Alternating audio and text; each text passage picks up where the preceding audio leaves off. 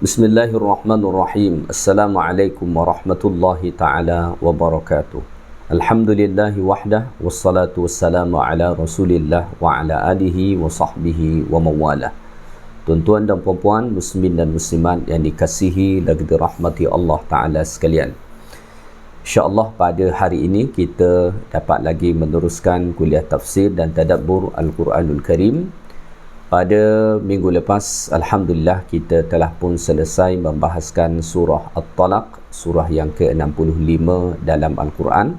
So, pada hari ini insyaAllah kita sambung surah yang ke-66, iaitulah suratu At-Tahrim. Baik, sebelum kita membahaskan kandungan ayat-ayat Allah Ta'ala dalam surah ni, mari kita lihat dahulu sedikit sebanyak muqaddimah kepada surah At-Tahrim ni. Pertama-tama, surah ini diberi nama dengan At-Tahrim. At-Tahrim berarti mengharamkan sesuatu. Nama surah ini sebagai At-Tahrim diambil daripada firman Allah Ta'ala pada ayat yang pertama, yang mana Allah Ta'ala berfirman, A'udzubillahi minasyaitanirrajim, Ya ayyuhan nabiyyu lima tuharrimu ma ahallallahu lak.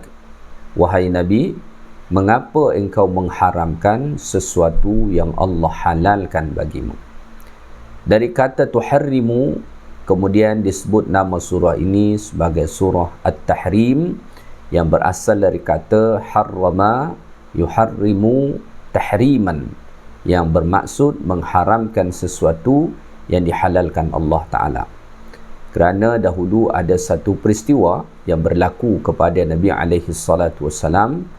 Akhirnya Nabi saat itu secara tidak langsung mengharamkan sesuatu yang Allah Ta'ala halalkan, dan turunlah surah ini sebagai teguran kepada Nabi kita SAW. Oleh kerana itu disebutlah nama surah ini sebagai suratu At-Tahrim. Baik, selain disebut sebagai surah At-Tahrim, surah ini juga disebut dengan surah Al-Lima Tuharrim. Ini disebut dalam Sahih Al-Bukhari, disebut sebagai surah Al-Lima Tuharrim. Al-Lima Tuharrim maknanya mengapa engkau mengharamkan. Ya, Al-Lima Tuharrim, mengapa engkau mengharamkan. Diambil daripada firman Allah ayat pertama juga, Lima Tuharrimu. Cuma ditambah alif lam pada awal sehingga akan dibaca Al-Lima Tuharrim. Kemudian ada juga yang menamakan surah ini sebagai surah An-Nabi. Kerana surah ini diawali Allah dengan seruan Ya ayyuhan Nabi, maka ada yang menamakan surah ini sebagai surah An-Nabi. Bahkan ada juga pendapat mengatakan, seperti dikatakan oleh Al-Imam Al-Alusi, bahawasanya Ibn Zubair menamakan surah ini sebagai surah An-Nisa, kerana dalam surah At-Tahrim ni banyak berkaitan dengan isteri Nabi SAW. Maka boleh kita simpulkan bahawa surah ini mempunyai 4 nama. Pertama disebut sebagai surah At-Tahrim, yang kedua disebut sebagai surah Al-Lima Tuharrim, yang ketiga disebut sebagai surah An-Nabi, dan yang keempat disebut sebagai surah An-Nisa menurut pendapat Ibnu Zubair radhiyallahu ta'ala anhu. Baik, kemudian surah ini jumlah ayat dia ada sebanyak 12 ayat. Wattafaqa ahlul adad ala anna iddata ayyiha 12.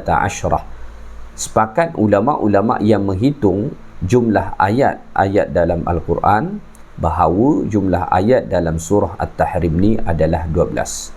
Kerana banyak surah yang mana ulama berbeza pendapat. Ini saya dah biasa sampaikan bahawa ada surah-surah tertentu yang mana ulama berbeza pendapat tentang jumlah ayat dalam surah tersebut. Misalnya ulama Makkah punya pendapat sendiri, ulama Madinah punya pendapat sendiri, ulama Kufah punya pendapat sendiri, ulama Basrah juga punya pendapat sendiri. Tetapi bagi surah At-Tahrim ni tidak ada perbezaan pendapat dalam kalangan ulama tentang berapa jumlah ayat dalam surah ini. Mereka semua bersepakat mengatakan bahawa jumlah ayat dalam surah ni adalah 12. sebagaimana kita lihat juga dalam Al-Quranul Karim. Baik, surah ini dalam Al-Quran adalah surah yang ke-65, surah yang ke-66. Tetapi kalau ditinjau daripada tertibun nuzul surah ini, maka surah ini adalah surah yang ke-105 diturunkan kepada Nabi kita alaihi salatu wassalam. Nazalat ba'da surati Al-Hujurat wa qabla surati Al-Jumu'ah. Turun selepas surah Al-Hujurat dan sebelum surah Al-Jumu'ah. Ya. Dan ulama juga bersepakat bahawa surah ini adalah surah Madaniyah. Artinya diturunkan kepada Nabi kita alaihi salatu wassalam selepas baginda hijrah ke Madinah. Baik, surah At-Tahrim ni antara surah yang mempunyai asbabun nuzul. Jadi ada sebab tertentu sehinggakan surah ni diturunkan Allah Ta'ala kepada Nabi kita alaihi salatu wassalam. Dan asbabun nuzul surah ni bagi saya cukup menarik, ya, kerana ini berkaitan tentang rumah tangga Nabi sallallahu alaihi wasallam bersama isteri-isterinya, ya.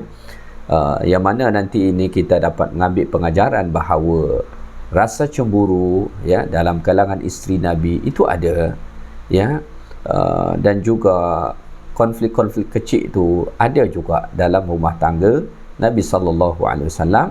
Dan Nabi alaihi salatu wassalam sebagai seorang nabi dan suami yang sangat bijak, sentiasa berusaha mendamaikan dalam kalangan isteri-isteri Nabi kita alaihi salatu wassalam. Ulama menyatakan ada dua asbabun nuzul. Ada dua asbabun nuzul yang dijadikan para ulama sebagai sebab turun kepada surah ini. Pertama adalah hadis yang diriwayatkan daripada Aisyah radhiyallahu taala anha. Hadis sahih, ya. Disebut dalam hadis yang sahih daripada Aisyah radhiyallahu taala anha, anna an-nabiy sallallahu alaihi wasallam kana shariba aslan 'inda ihda nisa'ihi. Satu hari Nabi kita alaihi salatu wasallam minum madu di rumah salah seorang isteri Nabi sallallahu alaihi wasallam. Menurut pendapat yang paling kuat, Nabi minum madu tu di rumah Zainab binti Jahshin radhiyallahu ta'ala anha, isteri Nabi kita alaihi salatu wassalam, Zainab binti Jahshin. Nabi minum madu dekat situ. Fa'alimat bidzalika Aisyah. Lalu kemudian Aisyah tahu bahawa Nabi kita alaihi salatu wassalam minum madu dekat rumah Zainab. Maka kemudian Aisyah pun bersepakatlah dengan Hafsah. Hafsah ni isteri Nabi juga, putri kepada Umar bin Khattab radhiyallahu taala anhu. Aisyah putri Abu Bakar, manakala Hafsah putri kepada Umar bin Khattab radhiyallahu taala anhu.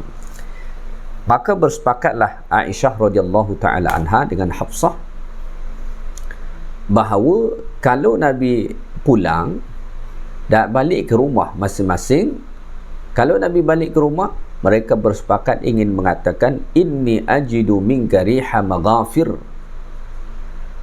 Wahai Rasulullah, sesungguhnya kami mencium bau maghafir daripada engkau. Maghafir ni adalah makanan yang berasal daripada tumbuhan. Kata setengah ulama, sebenarnya rasa dia manis tapi bau dia tak sedap. Bau dia tak sedap. Dan kita sedia maklum bahawa Rasulullah sallallahu alaihi wasallam tu sangat tidak menyukai bau yang tak sedap. Rasulullah sentiasa wangi, ya. Rasulullah sentiasa wangi, ya. Nabi tak suka dengan bau itu. Maka Aisyah dan Hafsah tadi bersepakat, oleh kerana ada rasa cemburu dalam hati mereka, mereka bersepakat nanti kalau Nabi balik ke rumah Aisyah ataupun ke rumah Hafsah, bersepakat untuk mengatakan, ya Rasulullah, saya mencium bau maghafir daripada engkau. Bau yang tak sedap, makanan yang membawa bau yang tak sedap. Kalau mungkin kita analogikan macam durian lah, ya. Tapi bukan durian, cuma durian ni kan kita juga, bagi kita lah, kalau kita makan sedap, tapi bau dia bagi setengah orang tidak, sangat tidak berkenan kan. So apabila Nabi SAW balik, itulah mereka sampaikan wa kana an-nabi yaqrahu an tujada minhu raihah, dan Nabi SAW seorang yang tak suka ada bau-bau yang tak sedap. Oleh kerana Aisyah dan Hafsah mengatakan itu kepada Nabi, pertama Hafsah, saat Nabi balik ke rumah Hafsah, Hafsah langsung mengatakan, ya Rasulullah, saya mencium bau maghafir daripada engkau. Bau yang tak sedap tu, bau makanan yang tak sedap tu, ya. Lalu Nabi menjawab, bal syaribtu aslan inda fulana. Kata Nabi, saya minum madu, saya tak makan maghafir tu, saya minum madu inda fulanah, di rumah fulanah.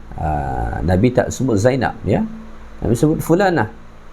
Tetapi kata Nabi, walan a'uda lahu, saya tak ulangi lagi, saya tidak akan mengulangi lagi. Kenapa Nabi sebut saya tidak akan mengulangi lagi? Arada bidzalika istirda'a Hafsah fi hadha sya'n, kerana Nabi ingin supaya Hafsah senang dengan Nabi, supaya Hafsah tak marah dengan Nabi, supaya Hafsah ni redha dengan Nabi SAW. Ini dapat kita ambil satu pengajarannya. Manusia paling mulia selevel Rasulullah SAW sendiri itu biasa mengalah, ya, kepada isteri-isterinya dan berusaha macam mana supaya isteri Nabi SAW redha kepada Nabi kita SAW. Padahal kalau kita melihat kes yang diceritakan dalam riwayat ni, ya, Nabi tak ada salah pun. Nabi minum madu dan Nabi hakikatnya tak ada membawa bau yang tak sedap. Itu hanya kata-kata yang diucapkan oleh Hafsah radhiyallahu ta'ala anha kerana mungkin ada rasa cemburu. Biasa orang perempuan ada rasa cemburu kepada suami dia, dan rasa cemburu tu tak salah, kerana memang mesti ada rasa cemburu terhadap pasangan, sama ada lelaki suami kepada isterinya ataupun isteri kepada suami. Jadi yang jadi masalah dalam Islam tu ketika mana tak ada rasa cemburu lagi, itu baru masalah. Sebab tu Nabi SAW sampai sebut dalam hadis, la yadkhulul jannata dayuth, tidak masuk syurga lelaki yang dayuth. Siapa itu lelaki yang dayuth? Lelaki yang tak ada rasa cemburu dalam diri dia terhadap isteri dia. Isteri dia nak pergi dengan siapa, nak jalan dengan siapa, tak ada rasa cemburu sama sekali. Maka Nabi SAW tadi sebut kepada Hafsah, walan a'uda lahu, saya tak ulangi balik tu. Arada bidzalika istirda'a Hafsah fi hadha sya'n, dengan maksud Nabi ingin supaya Hafsah redha dengan Nabi, ya. Wa awsaha an la tukhbira bidzalika Aisyah, dan Nabi pesan kepada Hafsah supaya tolong jangan beritahu kepada Aisyah radhiyallahu taala anha. Jadi dari perkataan walan a'uda lahu, saya tidak akan mengulanginya lagi, itu dimaknai seolah-olah Nabi SAW telah mengharamkan madu yang Nabi minum di rumah Zainab tadi, ya. Padahal madu itu sesuatu yang dihalalkan Allah Ta'ala. Oleh kerana itu Allah Ta'ala menurunkan ayat ini, ya ayyuhan nabiyyu lima tuharrimu ma ahallallahu lak, ya, tabtaghi mardata azwajik wallahu ghafurur rahim. Itu satu riwayat tentang asbabun nuzul kepada surah ini atau awal surah ini. Ada asbabun nuzul yang kedua, bahawa surah ini berkaitan dengan salah seorang isteri Nabi SAW yang asalnya dia adalah hamba sahaya Nabi, iaitulah Maria Al-Qibtiyah, ya, Maria Al-Qibtiyah, yang mana Nabi dapat anak daripada Maria Al-Qibtiyah ni, iaitulah Ibrahim, ya, anak kepada Nabi kita sallallahu alaihi wasallam. Jadi diriwayatkan daripada Abdullah bin Abbas dan Abdullah bin Umar radhiyallahu taala anhuma, dakhala Rasulullah sallallahu alaihi wasallam bi ummi waladihi Maryah fi baiti Hafsah.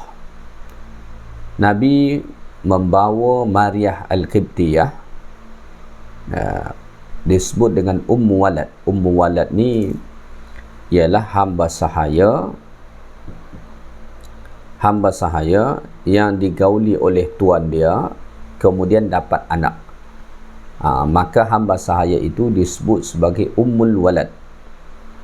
Biasanya Ummul Walad ini akan dimerdekakan sama ada oleh tuan dia ataupun oleh anak dia nanti, kerana anak dia anak yang dia lahirkan tu merdeka, bukan status hamba sahaya seperti dia. Maka Maryah Al-Qibtiyah itu Ummul Walad, asalnya dia adalah hamba sahaya, kemudian digauli oleh Nabi kita alaihi salatu wassalam, kerana dalam Islam hamba sahaya itu boleh untuk digauli, ya. Sebagaimana Allah Ta'ala sebut di dalam Al-Quran, illa ala azwajihim aw ma malakat aymanukum, boleh menggauli isteri ataupun hamba sahaya, ya. Faman ibtagha wara'a dhalika faulaika humul aadun, siapa yang mencari di luar daripada itu, maka itu perbuatan yang melampaui batas. Jadi dikatakan Nabi membawa Maryah Al-Qibtiyah ke rumah Hafsah. Fawajadathu Hafsatu ma'aha, lalu Hafsah pun mendapati Nabi di dalam rumah itu dengan Maryah Al-Qibtiyah. Sebelumnya Hafsah ghabat ila baiti abiha, sebelumnya Hafsah pergi ke rumah ayahnya, iaitulah Umar bin Khattab radhiyallahu ta'ala an. Lalu apabila Hafsah balik, Hafsah mendapati di rumah tu dah ada Nabi dengan Maryah Al-Qibtiyah. Maka Hafsah berkata, tudkhiluha baiti ma sana'ta bihadha min baini nisa'ika, wahai Rasulullah, engkau memasukkan dia ke dalam rumahku, apa yang kau buat terhadap isteri-isterimu? Lalu Nabi kata kepada Hafsah, la tadhkuri hadha li Aisyah fahiya alayya haramun in qaribtuha. Lalu Nabi kata kepada Hafsah, tolong jangan bagi tahu ini kepada Aisyah, dan haramlah bagiku untuk mendekatinya. Maksudnya mendekati Maryah Al-Qibtiyah, haram bagiku untuk mendekatinya. Dalam suatu riwayat dikatakan haram bagiku untuk berhubungan dengannya.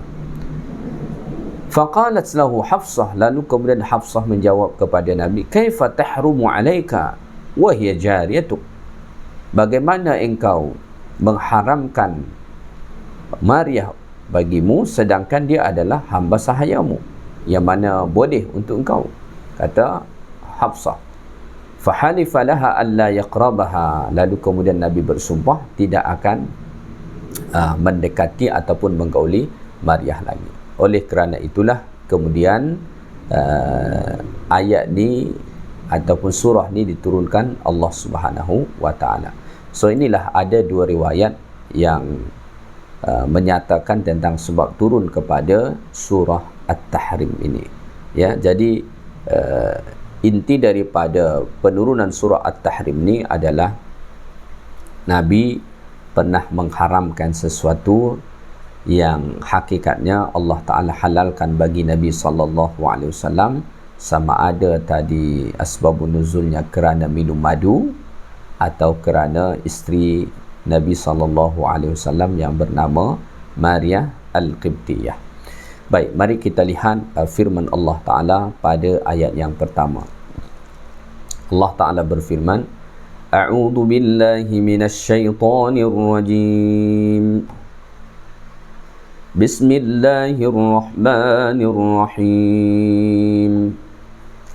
Ya ayyuhan nabiyyu lima tuharrimu ma ahallallahu lak tabtaghi mardata azwajik wallahu ghafurur rahim. Yang bermaksud, wahai Nabi, mengapa engkau haramkan dengan bersumpah menyekat dirimu daripada menikmati apa yang dihalalkan oleh Allah bagimu, kerana engkau hendak mencari keredaan isteri-isterimu. Dalam pada itu Allah ampunkan kesilapan itu dan Allah sememangnya Maha Pengampun lagi Maha Mengasihani. Tuan-tuan dan puan-puan muslimin dan muslimat yang dikasihi lagi dirahmati Allah Ta'ala sekalian, ayat ni diawali Allah Ta'ala dengan seruan Ya ayyuhan Nabi, yang bermaksud wahai Nabi. Maksudnya adalah Rasulullah sallallahu alaihi wasallam. Di dalam Al-Quran, ma nudiya Muhammad fil Quran illa biwasfin nubuwah awir risalah. Ya, Nabi sallallahu alaihi wasallam dalam Al-Quran tidak pernah dipanggil Allah dengan ya Muhammad, tetapi Nabi kita alaihi salatu wassalam sentiasa diseru oleh Allah Ta'ala dengan ya ayyuhan Nabi ataupun ya ayyuhar Rasul. Kenapa macam tu? Takriman lahu wa tashrifan.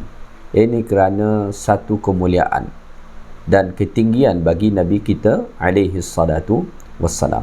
Daripada sini kita dapat ambil pengajaran Allah Ta'ala sahaja sangat beradab dalam memanggil Nabi kita alaihi salatu wassalam. So kita pun kenalah beradab dalam menyebut nama Nabi kita sallallahu alaihi wasallam. Antara adab yang sangat digalakkan kepada kita ialah kalau kita menyebut nama Nabi Muhammad sallallahu alaihi wasallam, pertama sertakan Nabi, jangan sebut Muhammad saja, ya, sertakan Nabi ataupun Rasul. Kemudian selepas menyebut nama Nabi Muhammad, sertakanlah sallallahu alaihi wasallam sebagai takriman lahu wa tashrifan, sebagai bentuk kemuliaan dan ketinggian bagi Nabi kita alaihi salatu wassalam. Dan inilah yang yang mana Allah Ta'ala contohkan kepada kita. Allah Ta'ala sahaja memanggil Nabi begitu, apatah lagilah kita, kan? Baik, kemudian Allah Ta'ala sebut lima tuharrimu ma ahallallahu lak. Mengapa engkau mengharamkan sesuatu yang Allah Ta'ala halalkan bagimu? Daripada asbabun nuzul yang saya bacakan sebentar tadi, kita telah pun tahu tentang asbabun nuzul itu. Iaitulah Nabi SAW mengharamkan madu yang Nabi minum di rumah Zainab ataupun hamba sahaya Nabi yang juga jadi isteri Nabi, iaitulah Maria Al-Qibtiyah, ya. Melalui ayat ni Allah Ta'ala mencela Nabi SAW hina harrama ala nafsih, ketika mana Nabi mengharamkan madu ataupun isterinya Maria Al-Qibtiyah tadi terhadap Nabi SAW. Maka daripada sini kita dapat mengambil pengajaran bahawa kita tidak boleh mengharamkan sesuatu apa yang telah Allah halalkan kepada kita. Tidak boleh dengan alasan apapun. Kalau Nabi SAW tadi kerana ingin mendapatkan keredaan isterinya, iaitulah Hafsah, maka Nabi mengatakan aku tidak akan mengulangi minum madu itu lagi, atau saya tidak akan mendekati Maria lagi, ya, semata-mata kerana ingin mendapatkan keredaan daripada isteri Nabi SAW yang lain. Tetapi demikian pun tidak diperbolehkan. Ya, walaupun maksud Nabi bukan semata-mata mengharamkan madu. Maksud Nabi bukan semata-mata mengharamkan madu, ya. Tetapi maksud Nabi alaihi salatu wasallam supaya isterinya redha. Namun itu pun tidak dibolehkan oleh Allah Ta'ala. Maka kita tidak boleh mengharamkan apapun yang dihalalkan oleh Allah Ta'ala kepada kita.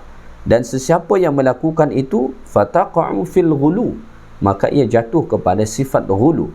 Ghulu ini adalah berlebih-lebihan, ya, jatuh kepada sifat berlebih-lebihan. Ada orang-orang tertentu kadang-kadang dia mengharamkan sesuatu yang dihalalkan Allah kerana dia emosi. Ada orang sebab dia marah dan dia mengatakan haram bagi aku tu, padahal itu perkara yang dihalalkan Allah. Tak boleh, dosa, ya. Ataupun ada juga orang mengharamkan sesuatu untuk diri dia kerana dia memandang itu dapat merosak jalan ibadat dia, padahal itu perkara yang dihalalkan Allah Ta'ala. maka tidak diperbolehkan. Semua apa yang dihalalkan oleh Allah Ta'ala kepada kita itu adalah satu nikmat. Itu adalah satu nikmat, dan kita tidak boleh mengharam-haramkan sesuatu yang tidak diharamkan oleh Allah Ta'ala. Yang berautoriti untuk mengharamkan ataupun menghalalkan sesuatu bukanlah kita, tetapi Allah Ta'ala. Bahkan Nabi kita alaihi salatu wassalam ketika mana mengharamkan madu ataupun isterinya Maryam, terus dicela oleh Allah Ta'ala. Maknanya apa? Nabi SAW sendiri tidak diizinkan Allah Ta'ala untuk mengharamkan sesuatu yang telah dihalalkan oleh Allah Subhanahu wa Ta'ala. Jadi kita ni tidak ada kuasa kita untuk menghalalkan ataupun untuk mengharamkan sesuatu. Kita hanya tunduk kepada ketetapan yang telah ditetapkan oleh Allah Ta'ala, ni halal, ni haram. Ya, ini halal, ini haram. Dan setiap apa yang dihalalkan Allah Ta'ala tu pasti baik. Ya, dan setiap apa yang diharamkan Allah Ta'ala tu pasti buruk. Ya, uhilla lakumut tayyiban wa yuharrimu alaikumul khaba'ith. Apa yang Allah halalkan tu pasti baik, dan apa yang Allah haramkan tu pasti buruk. Maka ketika mana ada orang mengharamkan sesuatu yang Allah halalkan bagi dia, maknanya dia memandang buruk sesuatu yang Allah Ta'ala pandang baik. Kerana apa sahaja yang Allah halalkan bagi kita adalah baik, dan apa sahaja yang Allah Ta'ala haramkan itu buruk. Ketika mana ada orang mengharamkan sesuatu yang dihalalkan Allah, maknanya dia memandang buruk sesuatu yang dipandang Allah Ta'ala baik. Tentu perkara ini tidak diperbolehkan. Nabi SAW hakikatnya sebagaimana yang saya sebut sebentar tadi, Nabi tidaklah bermaksud mengharamkan madu ni. Bukan bermakna haram tak boleh minum langsung, tak. Ya, maksud Nabi tak minum lagi semata-mata kerana ingin mendapat redha isterinya. Dan Hafsah menunjukkan gelagat cemburu. Itu maksud Nabi. Tetapi itu pun dah dicela oleh Allah Ta'ala. Itu pun telah dicela oleh Allah Ta'ala. Jadi nanti jangan sampai salah faham. Nanti mendengar kuliah ni ada mengatakan, oh Nabi pernah haramkan madu. Tak. Nabi tak pernah haramkan madu. Ya, konteksnya tidak macam tu. Kemudian Allah Ta'ala sebut, tabtaghi mardata azwajik, kerana engkau ingin mencari keredaan isterimu. Ya, kerana engkau ingin mencari keredaan isterimu. Daripada sini kita dapat mengambil satu pengajaran, ya, bagaimana Rasulullah sallallahu alaihi wasallam dengan isteri-isterinya. Nabi kita alaihi salatu wassalam sanggup merendahkan dirinya demi mendapatkan redha isterinya. Padahal kalau kita fikir, kita kembali kepada kes yang tadi, Nabi tak ada salah pun. Nabi minum madu tu tak ada membawa-bawa apa-apa pun, bau yang tak sedap. Ya, Nabi minum di rumah Zainab, apa salah? Itu isteri Nabi, tak ada salah pun.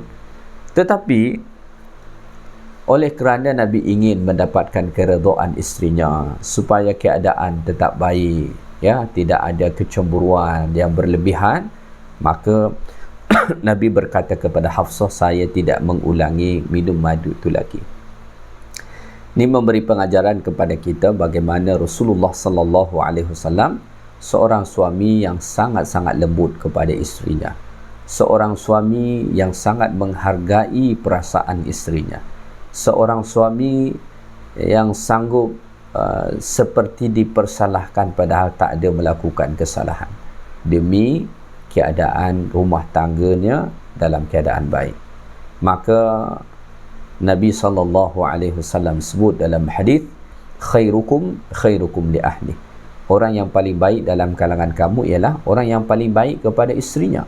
Wa ana khairukum li ahli, dan sayalah orang yang paling baik kepada keluargaku, kepada isteri-isteriku, kata Nabi kita alaihi salatu wassalam. Maka Rasulullah sallallahu alaihi wasallam tu bukan sahaja sebagai Nabi yang kita contohi dalam ibadat kita, tetapi juga Nabi sallallahu alaihi wasallam adalah seorang suami yang kita kena contohi dalam membina rumah tangga kita untuk mendapatkan keluarga yang sakinah, mawaddah, warahmah. Dan ternyata dalam kehidupan rumah tangga Nabi pun tidak selalu mudah, tidak selalu dalam keadaan yang baik. Ada kalanya menghadapi masalah juga, tetapi Nabi seorang yang sangat bijaksana. Nabi mampu menyelesaikan masalah itu. Kita sedia maklum, Nabi bukan punya satu isteri, tetapi Nabi mempunyai beberapa isteri. Tentu antara satu isteri dengan isteri yang lain mungkin saja ada muncul kecemburuan dan lain sebagainya. Biasalah sifat manusia, apatah lagi perempuan, kan? Tetapi Nabi SAW sanggup menghadapi itu. Jadi dalam rumah tangga yang sakinah, mawaddah, warahmah tu bukanlah rumah tangga ataupun keluarga yang tak pernah ada masalah. Masalah tu pasti ada, tetapi macam mana mencari solusi terbaik. Suami kena turunkan ego dia, ya, demi menenangkan hati isterinya. Maka Nabi SAW seorang yang sangat luar biasa. Satu ketika datang sahabat bertanya kepada Aisyah radhiyallahu taala anha. Dia tanya pada Aisyah, apa Nabi buat kalau dekat rumah? Mungkin sahabat ni dia penasaran juga, macam mana Rasulullah sallallahu alaihi wasallam kalau ada dekat rumah, apa yang Nabi buat? Maka dijawab oleh Aisyah radhiyallahu taala anha, kana fi mihnati ahli. Rasulullah sallallahu alaihi wasallam tu dekat rumah, Nabi sibuk dengan urusan keluarga Nabi.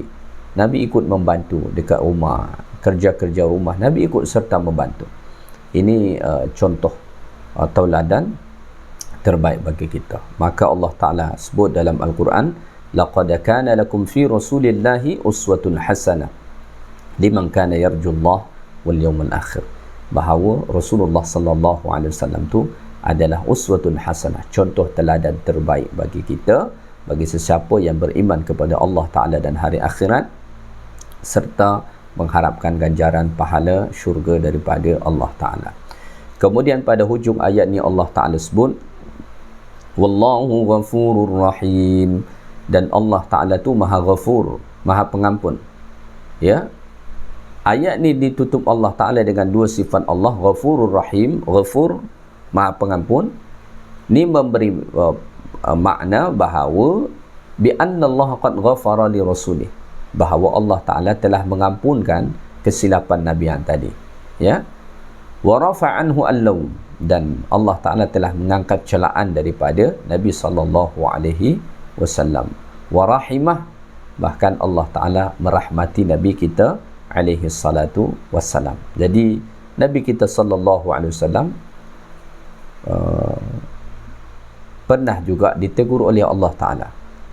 Bahkan kalau kita melihat, membaca Al-Quran, terdapat juga beberapa kali teguran Allah Ta'ala kepada Nabi kita sallallahu alaihi wasallam. Tetapi teguran Allah Ta'ala kepada Nabi itu bukan bermakna Nabi buat dosa. Tidak. Kerana Nabi sallallahu alaihi wasallam seorang yang maksum, seorang yang tak ada dosa. Teguran Allah Ta'ala kepada Nabi itu hanya bersifat adab sahaja. Ya, bersifat adab saja, bukan kerana Nabi buat dosa ataupun buat maksiat, tidak. Nabi SAW seorang yang maksum. Adapun beberapa teguran Allah Ta'ala kepada Nabi itu konteksnya bukan kerana Nabi buat dosa, bukan sebab Nabi buat maksiat, tidak, tapi hanya lebih kepada adab ataupun keutamaan sahaja. Lebih kepada itu sahaja. Dan kesilapan Nabi SAW itu pun telah diampunkan Allah Ta'ala dan telah pun dirahmati Allah Ta'ala Nabi kita alaihi salatu wassalam. So pengajaran penting bagi kita daripada ayat 1 ni, pertama, kalau memanggil Nabi, beradablah. Yang kedua, jangan pernah mengharamkan sesuatu yang dihalalkan Allah Ta'ala bagi kita, kerana apa yang Allah Ta'ala halalkan tu pasti baik. So kalau kita haramkan, maknanya kita memandang buruk apa yang telah dipandang Allah Ta'ala baik. Yang ketiga, yang berautoriti menghalalkan atau mengharamkan sesuatu adalah Allah Ta'ala, bukan kita. Kemudian yang keempat, sebagai suami khasnya, tidak mengapa engkau berusaha untuk mencari keredaan isterimu, terutama ketika mana ada sedikit masalah. Ya. Yang keempat.